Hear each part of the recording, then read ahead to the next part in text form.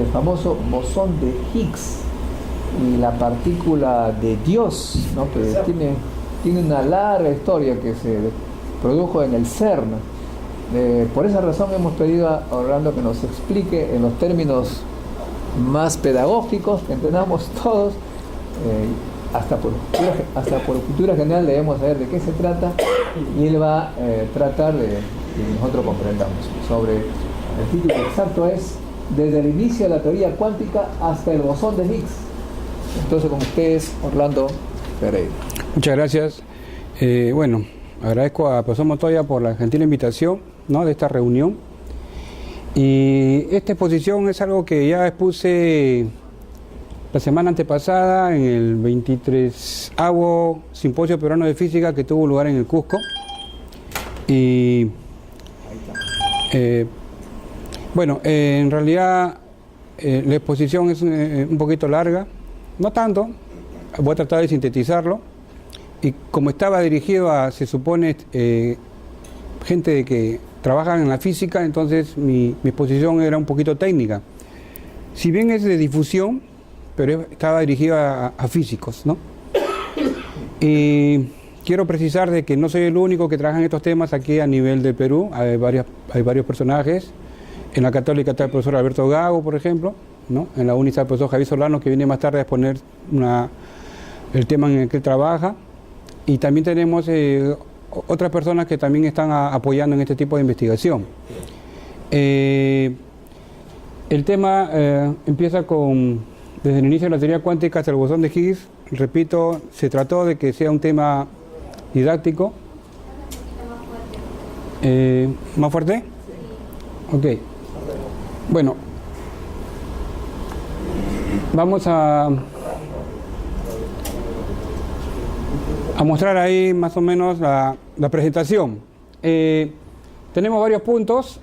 Primero vamos a empezar con las ecuaciones de Maxwell para seguir con la mecánica cuántica no relativista. Más o menos la exposición es en la línea temporal, ¿no? Es un desarrollo temporal. No digo histórico, es temporal. Tenemos la mecánica cuántica relativista, tenemos la electrodinámica cuántica, la interacción débil, la interacción fuerte, y después aquí tenemos el modelo que se trata de la unificación de las interacciones habladas todas ellas anteriormente. Y bueno, en el interín, cómo es que necesitamos de un bosón de Higgs para poder explicar el modelo estándar, ¿no? Finalmente, algunos aspectos relevantes pongo ahí. Parece que no... ¿Se escucha? ¿Ahora sí está mejor? Sí. Bueno. Bien, empecemos con la siguiente diapositiva. Siempre empiezo con este comentario humorístico, ¿no? Porque generalmente uno entiende la física como la física general que uno ha llevado, ¿no? Todos los que hemos estudiado ciencia, sea ingeniería, ciencia básica o cualquier carrera científica, puede ser biología, ¿no? Medicina, por ejemplo, siempre lleva su curso de física. Y en los cursos de física nosotros vemos pues que los libros de física básica tienen su primer volumen acerca de resortes, medidores de presión, elementos básicos. Y después hay un salto, ¿no? Un salto bastante pronunciado hacia lo que viene a ser la especialización, que se denomina teoría cuántica de campos. No hay, entre este punto y este de acá, no hay, digamos, una forma, ¿cómo se puede decir?, suave de llegar de un lugar hacia el otro. Los libros o son generales o son muy especializados, no hay un intermedio. Por lo menos, por lo que he sido testigo, hay un esfuerzo por realizar este salto de una manera más gradual. En las últimas bibliografías que se han estado mostrando en el internet, por ejemplo, y que la facultad está comprando, se ve que efectivamente se están por lo menos acercando en la medida de que ya no va a ser tan traumático el cambio de la física básica a la física especializada. Eso que ven ahí es un cuadro general, ¿no? Las interacciones. Aquí no aparece la gravitación. La gravitación, como ustedes saben, es demasiado débil para tenerla en cuenta a nivel del micromundo, ¿no? La gravitación solo se manifiesta a nivel macro. Entonces las interacciones que ustedes conocen son la electromagnética débil y fuerte. La electromagnética es es la interacción que nos gobierna en nuestro mundo del día a día, ¿no? La débil, ya han hablado en la exposición anterior sobre los neutrones, su descubrimiento, implicancias, propiedades. Ahí está incluido el neutrón en la interacción débil, justamente el decaimiento beta nació con él. Y finalmente tenemos la interacción fuerte, que son los nucleones, donde también otra vez aparece el neutrón. Solo que hay que separar entre lo que es la interacción fuerte y lo que es la física nuclear. Yo lo entiendo de maneras diferentes. Eso voy a explicarlo en su debido momento. Y bueno, aquí, desde el punto de vista matemático, ustedes saben que el lenguaje de la ciencia es la matemática. Desde el punto de vista matemático, el grupo de calibre, es decir, toda teoría básica actualmente se entiende que está ligada a simetrías. Es un concepto fundamental con el cual yo empiezo mi exposición a través de las ecuaciones de Maxwell dentro de un momento. Por si acaso, esta exposición está al alcance de cualquiera de ustedes. Si alguno de ustedes quiere esta exposición, lo único que da es su correo y se la enviamos. O sea, ¿me entiende? O sea, solamente preparen sus preguntas nada más, por favor, ¿no? Entonces, repito, acá tenemos los grupos de calibre, que significa cuáles son las simetrías que van a estar involucradas en cada interacción. Estos de acá, que son los bosones intermediarios, son los responsables de llevar la fuerza, ¿no? En la electromagnética sabemos que es el fotón. En la interacción débil se ha descubierto hace poco que son 3 bosones, los pesados W más y W menos, que son cargados, y el neutro, que es el Z0. Y después, para la interacción fuerte, hasta el momento se cree fuertemente de que los intermediarios serían los gluones, ¿no? O sea, por lo menos evidencia definitiva no hay, pero hay fuertes, digamos, indicadores de que serían los gluones los responsables de la interacción fuerte, que no es la interacción nuclear, por si acaso, es otro asunto. Pasemos a la siguiente. Bien, acá tenemos las 4 ecuaciones de Maxwell. Estas, acá hay 2 y acá hay 2. Las ecuaciones de Maxwell se enseñan en un curso de mitad de carrera de física, ¿no? Entonces estoy hablando acá de la mitad de la carrera de la física. En su notación moderna, usando el tensor de Maxwell. Este señor le llaman el tensor de Maxwell. Para los que no están familiarizados con esta escritura, acá a la derecha en este dibujito están las 4 ecuaciones de Maxwell escritas de la manera más usual, digamos, ¿no? La divergencia del campo eléctrico es acá la densidad de carga eléctrica, la divergencia del campo magnético es 0, indica que no hay la no existencia de monopolo magnético, etcétera, ¿no? Esto de aquí la ley de Oersted, del otro lado está la ley de Faraday, las 4 leyes del electromagnetismo en su forma diferencial usual en un curso de mitad de carrera, y aquí ya están escritas de una forma más elegante, ¿no? El tensor de Maxwell y las 4 ecuaciones, ahí repito, 2 aquí y 2 acá. ¿Por qué escribo las ecuaciones de Maxwell? ¿Cuál es la razón de las ecuaciones de Maxwell? Aquí nace todo, o sea, los paradigmas de la física nacen aquí. Y cuando me refiero a los paradigmas de la física, me refiero a la física fundamental. Es decir, el paradigma dice, toda ecuación fundamental de la física debe tener 2 simetrías. Si no las tiene, simplemente no es fundamental. La pregunta es, ¿sirven o no sirven esas ecuaciones? Sí, sirven las ecuaciones. Uno trabaja con las ecuaciones sin necesidad de que sean fundamentales. Solamente es una etiqueta. Si es fundamental, deben tener las 2 simetrías. ¿Por qué las 2? Porque estas ecuaciones de Maxwell tienen esas 2 simetrías. La primera que estoy indicando acá es que estas ecuaciones son invariantes por estas transformaciones llamadas de Lorentz. Y estas que están acá a la derecha, significa que estas 4 ecuaciones son invariantes por transformaciones llamadas de calibre. Las primeras fueron encontradas por Lorentz en el siglo XIX y las segundas fueron encontradas por Hermann Weyl a inicios del siglo XX. ¿De acuerdo? ¿Qué significa? De que toda ecuación de movimiento es derivado de una densidad lagrangiana que estoy mostrando aquí abajo, ¿no? Cuando uno en física encuentra una ecuación de movimiento, inmediatamente está pensando cuál es la lagrangiana que la originó. Esa es consecuencia de la teoría de campos. ¿De acuerdo? O sea, uno puede decir de 2 maneras, ¿no? Tengo las ecuaciones de movimiento, entonces tengo que construir la lagrangiana que me origina esas ecuaciones de movimiento. O al revés, por decreto yo escribo mi lagrangiana e inmediatamente obtengo las ecuaciones de movimiento. ¿De acuerdo? Podría ser así también. ¿Por qué la lagrangiana? Porque la lagrangiana me va a permitir construir la hamiltoniana, y sabemos nosotros que trabajamos con los hamiltonianos, ¿no es cierto? Eso es lo interesante.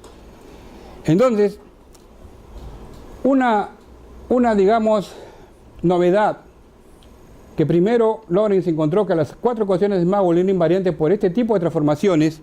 Ojo que Lorentz en el siglo XIX, cuando encuentra la invariancia de las ecuaciones de Maxwell por sus transformaciones,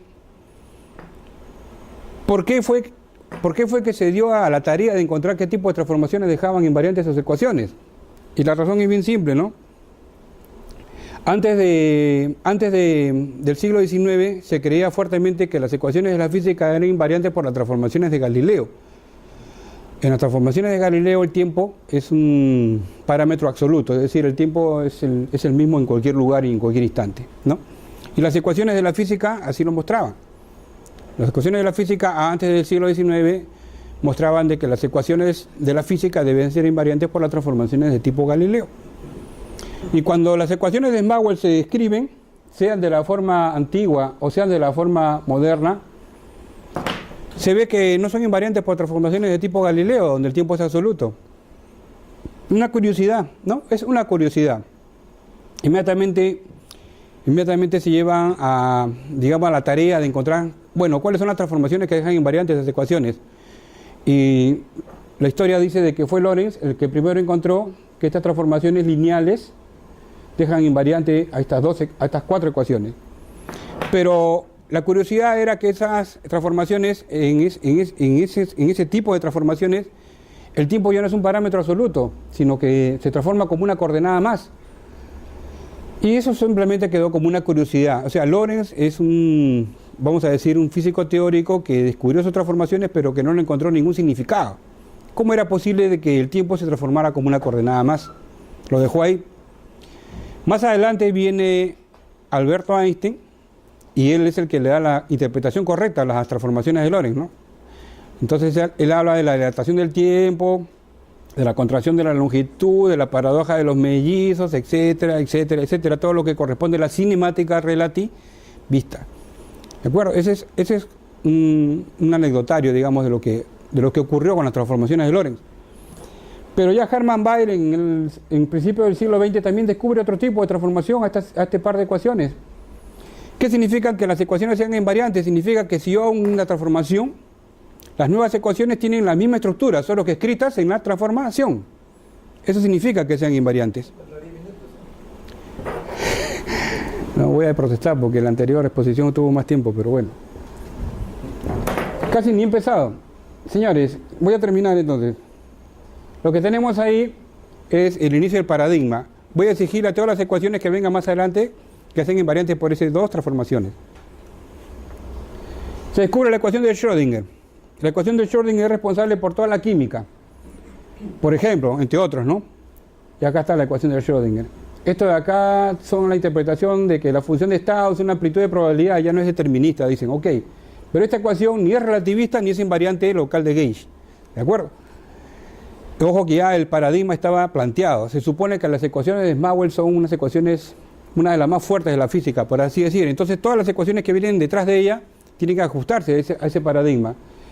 ¿Qué hacen los físicos? Vamos a buscar las ecuaciones que correspondan a ambas invariancias. La ecuación de Schrödinger es bien conocida por todos, pero no satisface.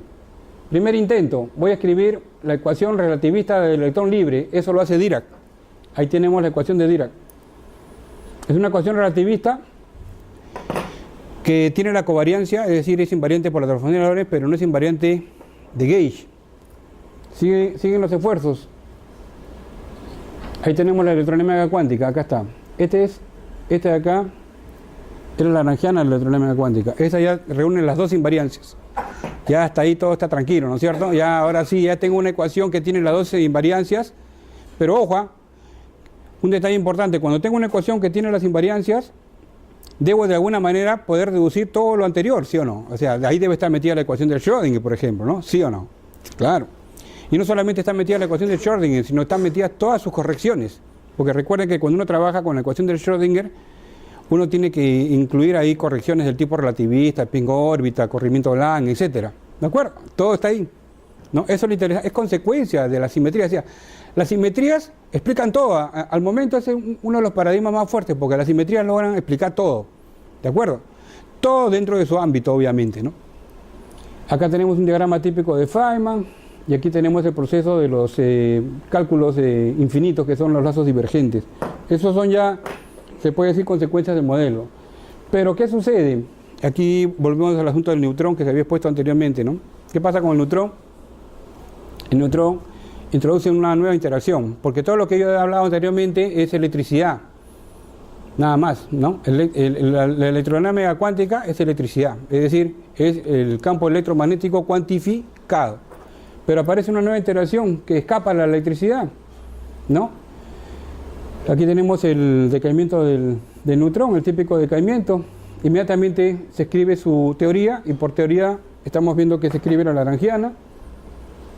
Aparece el concepto de su spin, aparecen campos fotónicos más complicados llamados campos de Yang-Mills. Por lo tanto, la simetría ya no es la simetría U1, la simetría ya ahora es SU2. Se van construyendo los modelos, en el interín aparecen muchas más partículas llamadas de hadrones. Los hadrones se clasifican en mesones y bariones. En el año 61, Gell-Mann, entre otros, logran hacer la clasificación de las hadrones, porque la aparición ya era muy grande como para que no haya una razón inherente fundamental que los explique. Pero esto solamente es clasificación, no tiene que ver con la dinámica. Y bueno, ya que estamos con el tiempo un poquito medido, llegamos a la ecuación de Weinberg, donde aquí tenemos la teoría del modelo estándar, pero ahí no es la teoría final, porque ahí todas esas partículas no tienen masa, todas viajan a la velocidad de la luz. Acá están los tres creadores, ¿no? El del medio es el que inició todo, el Glashow, y los dos del extremo, el profesor Weinberg y el profesor Salam, fueron los que completaron el modelo. Bueno, aquí tenemos el contenido de partículas fundamentales que describe la teoría. Estoy solamente escribiendo la parte débil de la teoría, la parte electrodébil. Esa teoría tiene que ser no masiva, es decir, las partículas todas ahí viajan a la velocidad de la luz. Se supone que cuando el universo se origina, las partículas no tienen masa, ¿no? Todas viajan a la velocidad de la luz. Recuerden de que el universo, pues, desde el punto de vista del Big Bang, nace en unas dimensiones, pues, menores que el radio del átomo, ¿no? Entonces ahí lo que sucede es que para generar masa se tiene que uno recurrir al mecanismo de Higgs, que lo que le llaman el quiebre espontáneo de la simetría. El sombrero mexicano es el diagrama típico de una quiebra de la simetría. Se tiene que introducir un nuevo campo llamado el campo de Higgs. Ahí están los dos señores, ¿no? Al premio Nobel se le dio al que está a la derecha simplemente, pero el bosón de Higgs en realidad hubieron por lo menos unas 12 personas que contribuyeron a este tipo de mecanismo. Uno de ellos es Goldstone, ¿no? Y bueno, entonces, ¿por qué es que se introduce masa vía mecanismo de Higgs y no pongo la masa así de frente a mano? Por un problema de los infinitos, ¿no? Un infinito es manejable si su masa es introducido vía mecanismo de Higgs. Si no lo es, entonces ese infinito es no manejable, por lo tanto se dice la teoría es no renormalizable. Todos esos temas se trabajan en la facultad. Pero para introducir masa, aparte del campo de Higgs, tiene que introducir un término llamado de Yukawa. Si bien Yukawa no trabajó ese término, ese nombre se le dio en honor a Hideki Yukawa por sus trabajos en la física nuclear. Este es un naranjiano que es responsable por la aparición de la masa de todo lo que son los hadrones y los leptones. Y acá hay un modelo sistemático, ¿no? de qué significa, pues, generar masa. Acá tengo una partícula desnuda, si quieren. Significa que trata de viajar a la velocidad de la luz, no tiene masa, pero el campo de Higgs, que son los puntitos que están a su alrededor, de alguna manera actúan como una fricción, ¿no? Es decir, como que lo apantallan. Ustedes saben que la inercia, ¿qué cosa es? Una medida de la masa, ¿no? De una partícula que es frenada por un campo, cuanto más frenada es, más masa tiene. Cuanto menos frenada es, menos masa tiene. Ese sería más o menos un diagrama pictórico simplemente, ¿no? De lo que estaría sucediendo ahí. Algunos temas pendientes. El problema, por ejemplo, de la oscilación de neutrinos, ¿no? Los neutrinos, lo último que se sabe de los neutrinos es de que ellos podrían estar cambiando de identidad. Aquí tenemos, de todo lo que he hablado anteriormente del mecanismo de Higgs que tenemos acá, Recuerden que aquí he hablado del mecanismo de Higgs del rompimiento de la simetría. En el año 2012 se logró medir los eventos que corresponden a su detección. Y aquí tenemos, en este diagrama, tenemos justamente el pico, ¿no? La energía acá y el número de eventos correspondientes a lo que podría ser la masa de una partícula que podría indicar la existencia del bosón de Higgs. Recuerden que el bosón de Higgs tiene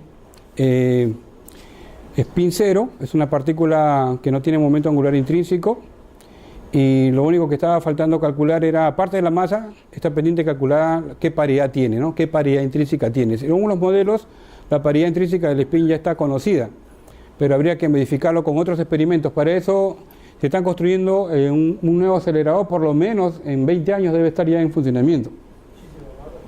Ese de ahí es el nuevo colisionador que se supone debe ser construido, 20 años menos, quizás hasta 30 años pueden demorar en hacerlo, pero es necesario para poder medir ya con precisión no solamente las otras propiedades de la partícula de Higgs, sino de las posibles otras partículas que salgan cuando empiece a correr otra vez el acelerador, el gran colisionador hadrónico, ¿no? Que está en el CERN. Recuerden que el gran colisionador hadrónico va a llegar hasta una energía aproximada de 15 TeV. Ahorita ha llegado solamente a 7. Está, ahorita se dice, en compás de espera para que vuelva a ser prendido, y todos están esperando las nuevas partículas supersimétricas. Pero como el Higgs ya fue descubierto y faltan las nuevas partículas supersimétricas, a grosso modo el gran colisionador hadrónico solo, vamos a decir así, descubre las propiedades groseras de las partículas. ¿De acuerdo? Este señor va a construir ya, o descubrir, o medir las propiedades finas de las partículas nuevas. ¿De acuerdo? Esa es la razón de construcción de este nuevo acelerador. Y finalmente, los cursos que impartimos en la facultad para los estudiantes que siguen la línea de física teórica.